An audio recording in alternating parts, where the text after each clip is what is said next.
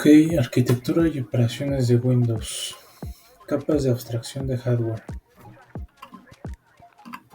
Las computadoras con Windows usan muchos tipos diferentes de hardware. El sistema operativo se puede instalar en una computadora comprada o en una computadora ensamblada por el usuario. Cuando se instala el sistema operativo, debe aislarse de las diferencias en el hardware. La arquitectura básica de Windows se muestra en la figura. Tenemos aplicaciones, API de Windows, módulo de usuarios conductores, otros controladores en modo kernel, que esta a la vez se conecta con sistemas de archivos conductores. De la API de Windows se conecta directamente con el sistema operativo y kernel, y estas dos se conectan con la capa de abstracción del hardware y finalmente con el hardware. Una capa de abstracción de hardware HAL es un software que maneja toda la comunicación entre el hardware y el kernel. El núcleo es el núcleo del sistema operativo y tiene control sobre toda la computadora. Maneja todas las solicitudes de entrada y salida, la memoria y todos los periféricos conectados a la computadora. En algunos casos el kernel todavía no se comunica con el hardware directamente, por lo que no es completamente independiente al HAL. El HAL también necesita el kernel para realizar algunas funciones. Modo de usuario y modo kernel. Como se indica en la figura, hay dos modos diferentes en los que opera una CPU cuando el equipo tiene instalada Windows: el modo usuario y el modo kernel. En este caso tenemos aplicación que se conecta con la API de Windows. Esta se conecta con el modo de usuario de conductores. En esta parte todo es parte del modo de usuario. Es la misma estructura, solamente que separado en modo usuario y modo kernel. Así que las aplicaciones instaladas se ejecutan en modo usuario y el código del sistema operativo se ejecuta en modo kernel. Aquí lo vemos que en modo usuario las aplicaciones y el código del sistema se ejecuta en el modo kernel. El código que se ejecuta en modo kernel tiene acceso sin restricciones al hardware subyacente y es capaz de ejecutar cualquier instrucción del CPU. El código de modo kernel también puede hacer referencia a cualquier dirección de memoria directamente, generalmente reservado para las funciones más confiables del sistema operativo. Los bloqueos en el código que se ejecuta en el modo kernel detienen el funcionamiento de toda la computadora. Por el contrario, los programas como las aplicaciones de usuario se ejecutan en modo de usuario y no tienen acceso directo a ubicaciones del hardware o memoria.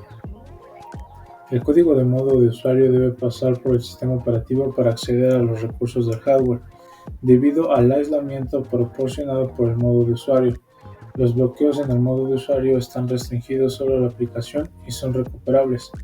La mayoría de los programas en Windows se ejecutan en modo usuario. Controladores de dispositivo, las piezas de software que permiten que el sistema operativo y el dispositivo se comuniquen, pueden ejecutarse en modo kernel o en usuario, dependiendo del controlador. Todo el código que se ejecuta en modo kernel utiliza el mismo espacio de direcciones. Los controladores de modo kernel no tienen aislamiento del sistema operativo. Si se produce un error con el controlador que se ejecuta en modo kernel y escribe en el espacio de direcciones incorrecto, el sistema operativo u otro controlador en modo kernel podrán verse afectados negativamente. A este respecto, el conductor podría bloquearse, haciendo que todo el sistema operativo se bloquee. Cuando se ejecuta el código de modo de usuario, el núcleo le otorga su propio espacio de direcciones restringido, junto con un proceso creado específicamente para la aplicación. La razón de esta funcionalidad es principalmente para evitar que las aplicaciones cambien el código del sistema operativo que se ejecuten al mismo tiempo. Al tener su propio proceso, esa aplicación tiene su propio espacio de dirección privado, lo que hace que otras aplicaciones no puedan modificar los datos de ella. Esto también puede ayudar a evitar que el sistema operativo y otras aplicaciones se bloqueen si esta aplicación se bloquea. Ok, un poco más grande. Sistemas de archivos de Windows. Haga clic en cada encabezado para obtener más información sobre los sistemas de archivo de Windows. exFAT. Este es un sistema de archivos simple compatible con muchos sistemas operativos diferentes. FAT tiene limitaciones en el número de particiones, tamaños de partición y tamaños del archivo que puede abordar. Por lo tanto, ya no se usa generalmente para disco duro HD o únicamente de estado sólido SSD. Tanto FAT16 como FAT32 están disponibles para su uso, siendo FAT32 el más común porque tiene muchas menos restricciones que el FAT16. Okay. Jerarquía de archivos del sistema Plus, HFIC Plus. Este sistema de archivos se usa en computadoras MacOS y permite nombres de archivo, tamaños de archivo y tamaños de partición mucho más largos que los del sistema de archivo anterior. Aunque no es compatible con Windows, sin un software especial, Windows puede leer datos de particiones HFC. Okay. Sistema de archivos extendido EXT. Este sistema de archivos se utiliza con computadoras basadas en Linux. Aunque no es compatible con Windows puede leer datos de particiones EXT con un software especial. Y nuevo sistema de archivos de tecnología NTFS. Este es el sistema de archivos más utilizado al instalar Windows. Todas las versiones de Windows y Linux son compatibles con NTFS. Las computadoras MacOS solo pueden leer una partición NTFS. Pueden escribir en una partición NTFS después de instalar controladores especiales. NTFS es el sistema de archivos más utilizado para Windows por muchas razones. NTFS admite archivos y particiones muy grandes y es muy compatible con otros sistemas operativos. NTFS también es muy confiable y admite características de recuperación. Lo más importante es que admite muchas características de seguridad. El control de acceso a los datos se logra a través de descriptores de seguridad. Estos descriptores de seguridad contienen la propiedad y los permisos del archivo hasta el nivel del archivo. NTFS también rastrea muchas marcas de tiempo para rastrear la actividad del archivo, a veces denominados MACE. Las marcas de tiempo modificar. Acceso, crear y entrada modificada se utiliza a menudo en investigaciones forenses para determinar el historial de un archivo o carpeta. NTFS también admite el cifrado del sistema de archivo para proteger todo el medio de almacenamiento. Antes de que se pueda usar un dispositivo de almacenamiento como un disco, debe formatearse con un sistema de archivos. A su vez, antes de que un sistema de archivos se pueda colocar en un dispositivo de almacenamiento, el dispositivo debe particionarse. Un disco duro se divide en áreas llamadas particiones. Cada partición es una unidad de almacenamiento lógico que se puede formatear para almacenar información como archivos de datos o aplicaciones. Durante el proceso de instalación, la mayoría de los sistemas operativos particionan y formatean automáticamente el espacio de unidad disponible con un sistema de archivos NTFS. El formato NTFS crea estructuras importantes en el disco para el almacenamiento de archivos y tablas para registrar las ubicaciones de los archivos. Sector de bota de partición. Estos son los primeros 16 sectores de la unidad. Contiene la ubicación de la tabla de archivos maestros MFT. Los últimos 16 sectores contienen una copia del sector de arranque. Tabla de archivo maestro MFT. Esta tabla contiene las ubicaciones de todos los archivos directorios de la partición, incluidos los atributos de archivo, como la información de seguridad y las marcas de tiempo. Archivos de sistema. Estos son archivos ocultos que almacenan información sobre otros volúmenes y atributos de archivo. Área de archivo. El área principal de la partición donde se almacenan los archivos y directorios. Nota: al formatear una partición, los datos anteriores pueden ser recuperables porque no todos los datos se eliminan por completo. El espacio libre se puede examinar y se puede recuperar archivos que puedan comprometer la seguridad. Se recomienda realizar una limpieza segura en una unidad que se está reutilizando. El borrado seguro escribirá datos en toda la unidad varias veces para garantizar que no queden datos. Corrientes de datos alternativos. NTFS. Almacena archivos como una serie de atributos, como el nombre del archivo o una marca de tiempo. Los datos que contiene el archivo se almacenan en el atributo data y se conocen como flujo de datos. Al usar NTFS puede conectar transmisiones de datos alternativas ADS al archivo. Esto a veces se utiliza por aplicaciones que almacenan información adicional sobre el archivo El ADS es un factor importante cuando se habla de malware. Esto se debe a que es fácil ocultar datos en un ADS. Un ataque podría almacenar código malicioso dentro de un ADS que luego se puede llamar desde un archivo diferente. En el sistema de archivos NTFS, un archivo con un ADS se identifica después del nombre del archivo y dos puntos. Por ejemplo, testfile.txt:/ADS.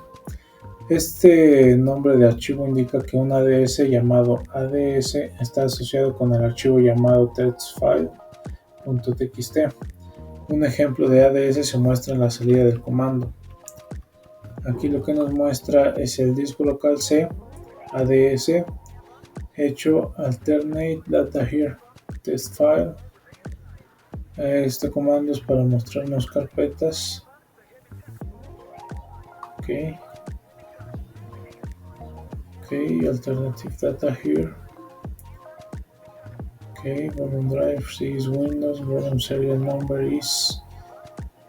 Ok, 0 text file, txt, 24 files. En la salida, el primer comando coloca el texto alternate data here en un ADS del archivo testfile.txt llamado ADS. Después de eso, dir muestra que el archivo fue creado por el ADS no es visible, pero el ADS no es visible. El siguiente comando muestra que hay datos en un flujo de datos textfile.txt ADS. El último comando muestra el ADS del archivo textfile.txt porque el R, el interruptor, se usó con el dir comando. Con el comando dir. Ok. Aquí tenemos el primer, segundo, tercer, cuarto comando. Ok. Procesos de arranque de Windows. Muchas acciones ocurren entre el momento en el que se presiona el botón de encendido de la computadora y Windows está completamente cargado. Como se muestra en la figura, esto se conoce como el proceso de arranque de Windows. Primero, inicialización del BIOS y a su misma vez inicialización del UEFI, que es el mismo, es un firmware. En este caso, en el BIOS pasamos al MBR, publicar y bot.mgr.exe, archivos del EFI. Ok, aquí pasamos al BSD, hibernación, en el caso de que la respuesta sea sí, winresume.exe, en el caso de que no, winload.exe, kmcs, entosk, kernel.exe, HAL, sms, Iberfile sys, iniciar sesión. Existen dos tipos de firmware de computadoras: sistema básico de entrada y salida e interfaz de firmware extensible unificada. En la BIOS, el firmware de BIOS se creó a principios de la década de los 80 y funciona de la misma manera que cuando se creó. A medida que las computadoras evolucionaron, se hizo difícil para el firmware de BIOS admitir todas las nuevas características solicitadas por los usuarios. El UEFI fue diseñado para reemplazar el BIOS y admitir las nuevas características. En el firmware del BIOS, el proceso comienza con la fase de inicialización del BIOS. Esto es cuando se inicializan los dispositivos de hardware y se realiza una prueba automática post para asegurarse de que todos estos dispositivos se estén comunicando. Cuando se descubre el disco del sistema, finaliza el post. La última instrucción en el post es buscar el registro de arranque maestro, MBR. El MBR contiene un pequeño programa que se encarga de localizar y cargar el sistema operativo. El BIOS ejecuta este código y el sistema operativo comienza a cargarse. A diferencia del firmware del BIOS, el firmware de UEFI tiene mucha visibilidad en el proceso de arranque. El UEFI arranca cargando archivos del programa EFI, almacenados como archivos EFI en una partición de disco especial, conocida como EFI System Partition, ESP. Nota: una computadora que usa Wi-Fi almacena código de arranque en el firmware. Esto ayuda a aumentar la seguridad de la computadora en el momento del arranque porque la computadora va directamente al modo protegido. Ya sea que el firmware de BIOS o Wi-Fi, después de que se encuentre una instalación válida de Windows, el bootmgr.exe, el archivo se ejecuta. Cambia el sistema del modo real al modo protegido para que se pueda usar toda la memoria del sistema. Es por eso que aquí en la imagen nos muestra que en el caso del Wi-Fi directamente se pasa este programa, ya que de inmediato entramos al modo protegido. En el cambio de el firmware BIOS, este tiene más pasos donde puede ser vulnerable. Ok, entonces bootmgr.exe lee la base de datos de configuración de arranque BCD. El BCD contiene cualquier código adicional necesario para iniciar la computadora, junto con una indicación de que si la computadora está saliendo de la hibernación o si se trata de un arranque en frío. Si la computadora sale de la hibernación, el proceso de arranque continúa con winresume.exe. Esto permite que la computadora lea el hiberfile.sys, archivo que contiene el estado de la computadora cuando se puso en hibernación. Si la computadora se inicia desde un arranque en frío, entonces winload.exe, el archivo está cargado. El winload.exe, el archivo crea un registro de la configuración del hardware en registro. El registro es un registro de todas las configuraciones, opciones, hardware y software que tiene la computadora. El registro se explora en profundidad más adelante en este capítulo. Winload.exe también utiliza kernel mode code signing (KMSS) para asegurarse de que todos los controladores estén firmados digitalmente. Esto garantiza que los controladores sean seguros de cargar a medida que se inicia la computadora. Ok, winload sería aquí en esta parte. Si está en hibernación, pues revisa todo lo que estaba antes de ponerse en hibernación, y si está en frío, pues recorre todos estos datos de carga que tiene para poder iniciar la sesión.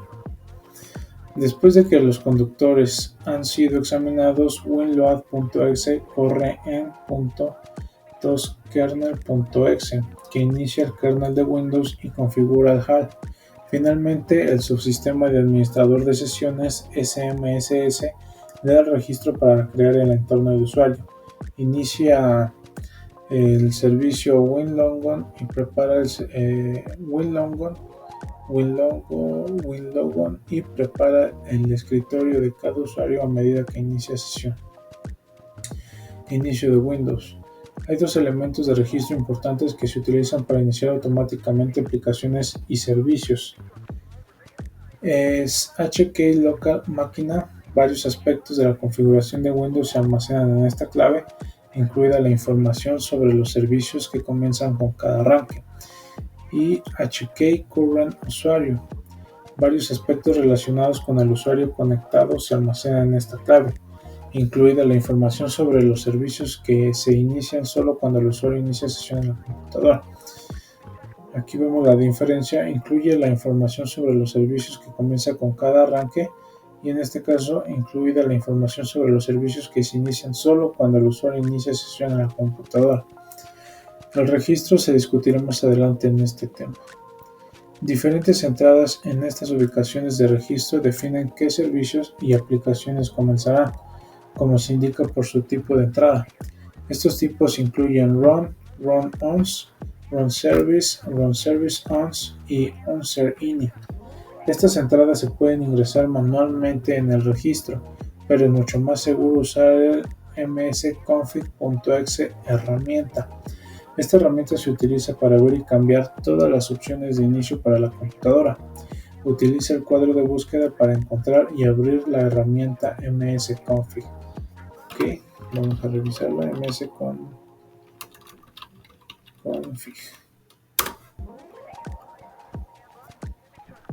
Ok, configuración de sistema, selección de inicio, inicio normal, cargar todos los controladores del dispositivo y servicios, inicio con diagnóstico, cargar solo los dispositivos y servicios básicos, inicio selectivo, cargar servicios de sistema, cargar elementos de inicio, usar configuración de arranque original. Ok. Vamos a ver, la herramienta msconfig abre la ventana de configuración del sistema. Hay 5 pestañas que contienen las opciones de configuración. Vamos a irlas revisando. msconfig, 5 pestañas. Vamos a revisarlas, que sería la primera, general. Ok, no es necesario. Vamos a dejarla aquí igual. Aquí se pueden elegir 3 tipos de inicio diferentes. Normal, carga todos los conductores y servicios. Carga de diagnósticos, solo controladores y servicios básicos. Selectivo permite al usuario elegir qué carga al inicio, que es lo que acabamos de leer.